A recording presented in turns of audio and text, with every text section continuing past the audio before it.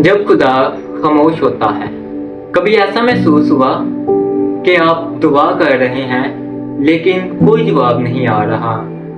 हम अक्सर खुदा की खामोशी को उसकी नाराजगी समझ बैठते हैं, लेकिन याद रखें, खामोशी उसकी नाराजगी नहीं बल्कि हमारी रूह की तरबियत है। जैसे एक उस्ताद इम्तिहान के दौरान खामोश रहता है, उसी तरह खुदा भी हमारी आजमाइश में चुप रहता है।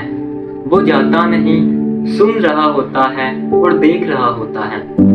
बाइबल मुकद्दस बयान करती है, मैं तुझे कभी तन्हा ना छोड़ूंगा और ना ही कभी तुझसे दस्तबरदार होऊंगा। खुदा हर उस लम्हे पास होता है जब हम समझते हैं कि वो हमसे दूर है। इसलिए ईमान रखें, सब्र रखें। खुदा खामोश जरूर है, लेकिन वो हमारे लिए काम कर रहा है।